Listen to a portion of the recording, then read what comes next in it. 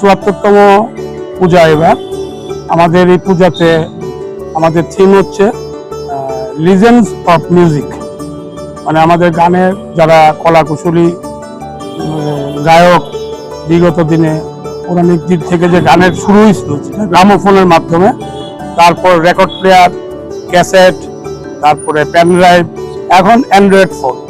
হ্যাঁ, এই যে গানের যে রূপান্তর, এগুলি আমরা বিস্তৃতভাবে প্যান্ডেলের মধ্যে ফুটেছি।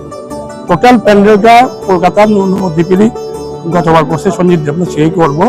লাইটিংও বিশেষত্ব থাকবো আমাদের, এবং দুর্গা মূর্তিও অতীব সুন্দর কলকাতারই দুর্গা মূর্তি। বাজেট এবার 22 লাখ টাকা বাজেট।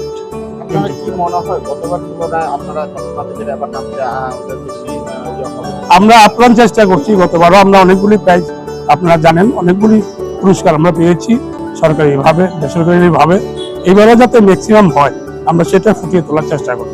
পাশাপাশি যিনি আমাদের প্রেসিডেন্ট সমর রায় বলেছেন, স্বচ্ছ ভারত কর্মসূচি, আমার ক্লাব আমার পরিচ্ছন্ন ক্লাব এবং সুন্দর, আমরা অলরেডি প্রোগ্রাম শুরু করে দিয়েছি। এবং 1 আগস্ট থেকে আমরা ধারাবাহিকভাবে এলাকাতে যাতে স্বচ্ছতা যাতে থাকে, সবাই যাতে এই সেন্সটা থাকে, ময়লা আবর্জনা আমরা রাস্তায় ফেলবো না।